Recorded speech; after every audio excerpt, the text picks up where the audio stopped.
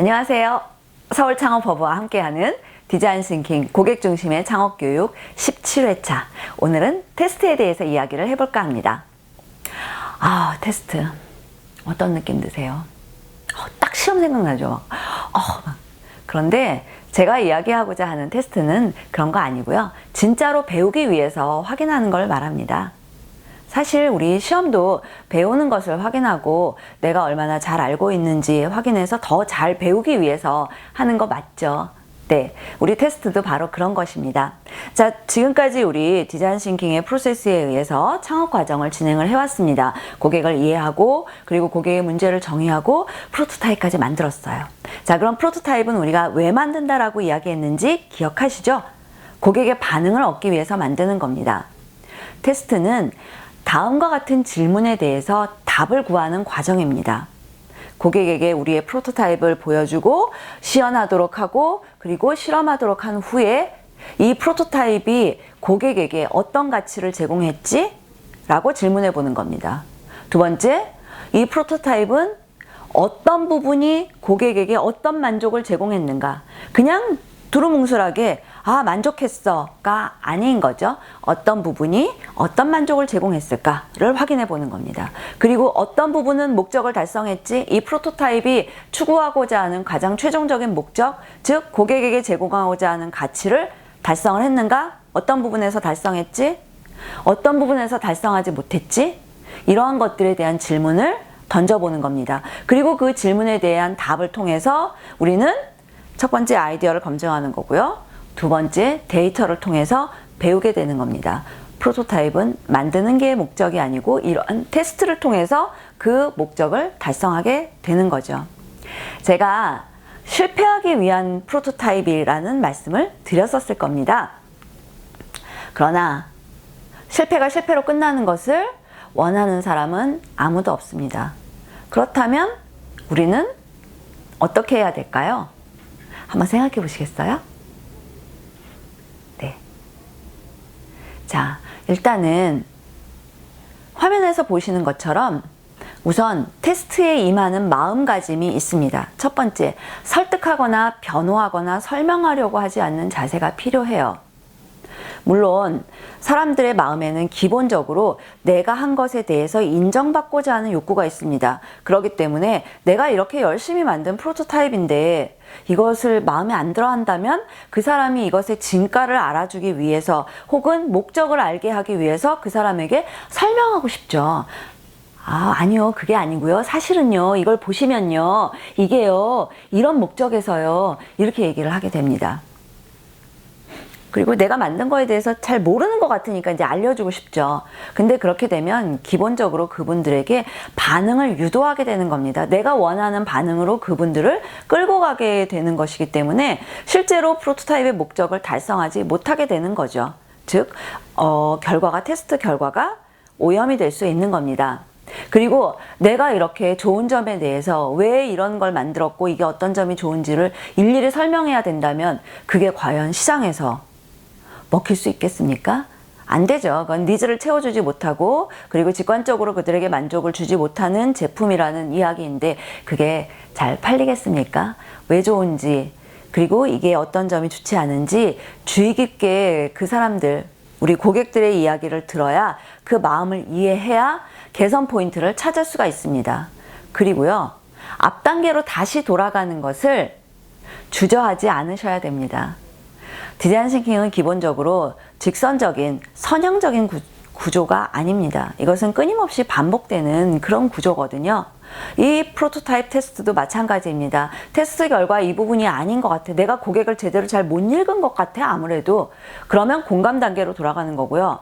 고객이 분명히 이걸 불편한 건 알겠는데 내가 이걸 좀 잘못 만든 것 같네? 그러면 문제 정의 단계로 다시 돌아가는 거죠. 실제 진짜 니즈가 뭔지를 알아보는 단계로 돌아가셔야 된다. 그리고 이러한 피드백이나 반응을 통해서 알게 된 것을 거기에 반영해서 고치는 그런 자세를 가질 때 진정한 목적을 달성할 수 있다라는 얘기입니다. 네, 돌아가셔야 돼요. 어쩔 수 없어요.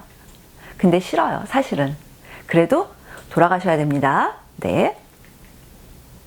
자, 그리고 실패가 실패로 끝나지 않으려면요, 내가 틀렸을지도 모른다는 지적 겸손이 필요합니다. 지적 겸손은 그거죠. 내가 모든 걸 다 알고 있다. 내가 전문가다가 아니라 내가 생각한 것이 나는 맞다고 생각하지만 다른 사람은 아니라고 생각할지도 모른다라고 하는 그러한 겸손함을 이야기합니다. 그리고 시행착오를 거쳐서 나선형으로 발전하게 되기 때문에 이 프로토타입과 테스트를 통해서 우리는 발전할 수 있다라고 하는 신념, 믿음을 가지시고요. 고객이 그 문제에 있어서 전문가라는 것을 잊지 말으셔야 됩니다. 여러분 혹시 어릴 때 어머니와 함께 목욕탕 가보셨던 기억 있으시죠? 그때 어떻게 돼요? 우리 되게 조심스럽게 목욕탕 물속에 발가락만 넣죠. 발도 안 넣어요.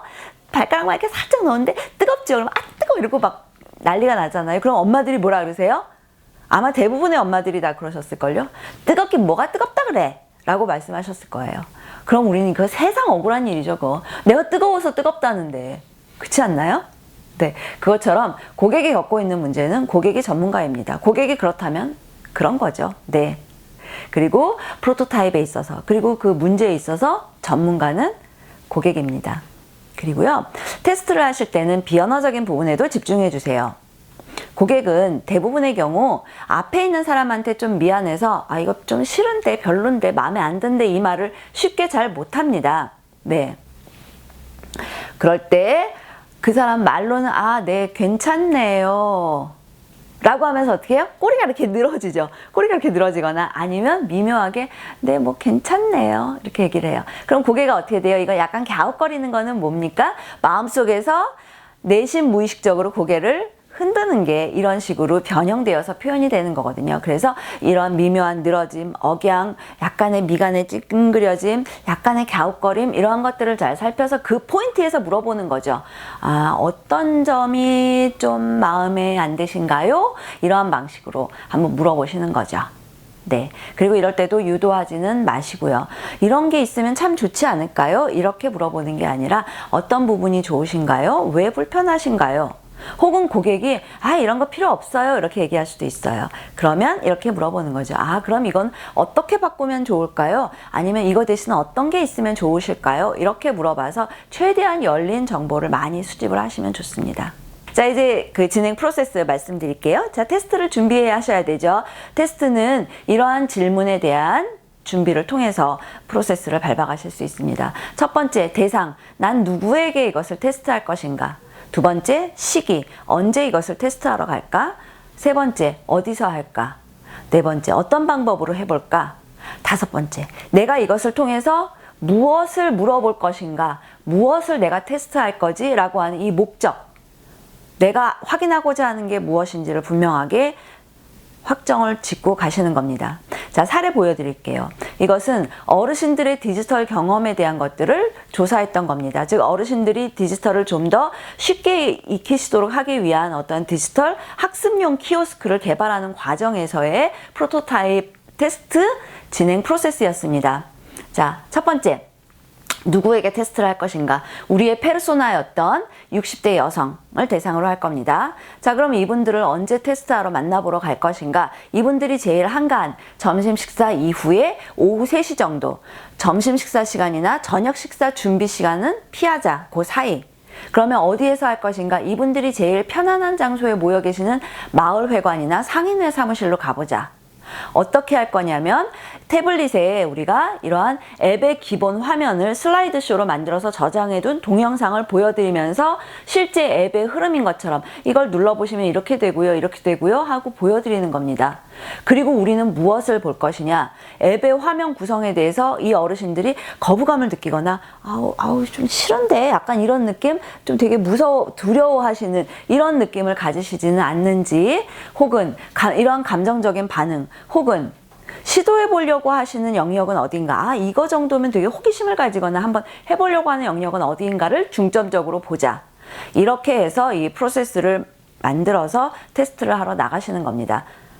자, 이렇게 준비가 끝났어요. 그럼 몇 명을 만나야 될까요? 100명? 1000명? 많으면 많은 대로 좋겠죠. 하지만 일단은 최소 5명.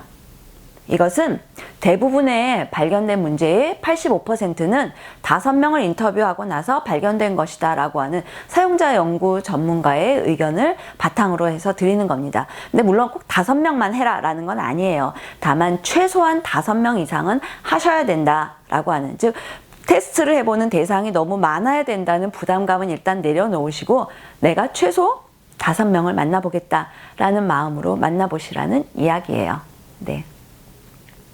자, 이렇게 5명의 고객을 모았습니다. 그럼 이분들에게 어떻게 질문을 해야 될까요? 한번 진행해 볼게요. 일단은 우리한테 예의를 차리거나 너무 뭔가 이렇게 우리에게 좋은 얘기를 해주려고 부담을 가지실 필요는 없다라는 걸 먼저 이해를 시키고요. 생각나는 모든 걸 그냥 혼잣말 하면서 해보시라고 얘기를 해드립니다. 그리고 인터뷰 질문은 대부분의 경우 개방형으로 물어보시는 게 이야기를 많이 얻어낼 수 있습니다. 어떤 부분이 제일 어떠세요? 어떤 느낌이 드시나요? 이런 부분, 예, 아니요로, 좋으세요? 나쁘세요? 이런 질문이 아니라 스토리를 끌어낼 수 있는 그런 질문으로 물어보시면 좋습니다. 그리고 아까 말씀드렸듯이 약간 말꼬리를 흐리시게 되면 오히려 더 많은 이야기를 자동으로 하게 되시더라고요. 되게 신기해요. 재밌습니다. 그리고 고객을 테스트하는 게 아니다. 즉 당신이 잘하는지 못하는지 보는 게 아니라 그냥 이게 어떤지를 좀 우리가 물어보고 싶은 것 뿐이다. 우리를 도와주세요 라고 이야기를 하는 겁니다. 자, 이렇게 테스트하는 과정에서 우리는 어떻게 인터뷰하는 장면을 관찰하면서 메모하실 때 아까 말씀드렸던 비언어적 반응을 포함해서 답변에 대한 것들을 약간 긍정, 부정, 중립의 반응을 이렇게 색깔별로 표시를 해두시면 나중에 정리할 때 직관적으로 파악이 가능하고요. 녹음이나 촬영은 나중에 정리하기도 좀 힘들고요. 상대방을 경직시키기 때문에 오히려 좋지 않습니다. 권장하지는 않습니다. 그리고 지금 보여드리는 예시처럼 이렇게 반응을 구분해서 정리해 두시면 편합니다. 고객의 특징을 맨 위에 적어 두시고요. 그리고 단계에 따라서 어떤 반응을 보였는지, 고객은 어떤 질문을 우리에게 던졌는지, 혹은 굉장히 좀 특별한 반응을 보였는지는 한번 우리가 보실 필요가 있죠. 여기에서 보시면 고객의 질문 중에 제가 이걸 언제 쓸 수 있나요? 라는 질문이 있습니다. 이거는 우리 제품에 대해서 기대가 있다라는 그런 이야기인 거죠. 이러한 방식으로 고객의 반응을 통해서 우리가 우리의 제품에 대한 고객의 생각을 읽어볼 수도 있습니다. 자, 그리고 이렇게 피드백을 다 받으시게 되면 이것을 그룹핑을 하셔서 4분면으로 정리를 해보십니다. 일단 긍정적인 반응, 이것은 우리에게 효과적인 부분은 어떤 부분이었다고 생각되어지는지에 대한 것들입니다. 그럼 이 부분은 우리가 계속해서 살리거나 더 강화해야 될 부분인 거겠죠. 그럼 두 번째, 부정적인 반응을 보인 것, 이거는 개선이 필요한 부분일 겁니다. 인상을 찡그렸다거나 아니면 이건 별론데요 라고 직접적으로 얘기했다거나 아니면 혹은 프로세스에서 되게 힘들어하면서 두세 번을 앞으로 돌아가거나 다시 시도를 해보거나 뭔가 이렇게 잘 사용하지 못했다 거나 이런 부분들은 여기에서 개선이 필요한 부분입니다. 자, 여기에 새롭게 알게 된 문제점이 있다면 어떤 게 있을까요? 고객의 질문을 통해서 우리가 여기에다가 다시 새로운 문제점을 여기에 넣어 볼 수가 있는 거죠. 그리고 몰랐는데 알고 보니 필요한 것, 새로 추가할 아이디어, 이러한 것들을 여기다 정리를 해두시는 거죠. 이렇게 4개의 영역으로 피드백을 정리해서 이걸 바탕으로 모아두시게 되면 개선을 위한 통찰을 이것을 바탕으로 얻으실 수가 있을 겁니다. 와, 프로토타입도 만들어야 되고 테스트를 해서 그 테스트 반응을 이렇게까지 모아둬야 되고 고생스럽죠. 네. 자, 이렇게 고생스럽게 이런 단계들을 다 거쳐야 되는가? 라는 그런 의문이 들기 시작했다면 이 말을 기억해 주세요. 쉽게 쓰인 글은 감흥 없이 읽힙니다. 너무 쉽게 만든 제품은 고객의 마음을 울리지 못합니다. 네, 사무엘 존슨이 한 이야기 기억해 주시면서 우리 디자인 싱킹의 마지막 단계, 고객의 반응을 확인하는 테스트 단계를 진행해 보시고요. 좋은 통찰을 얻으시기 바라겠습니다. 네, 응원합니다. 감사합니다.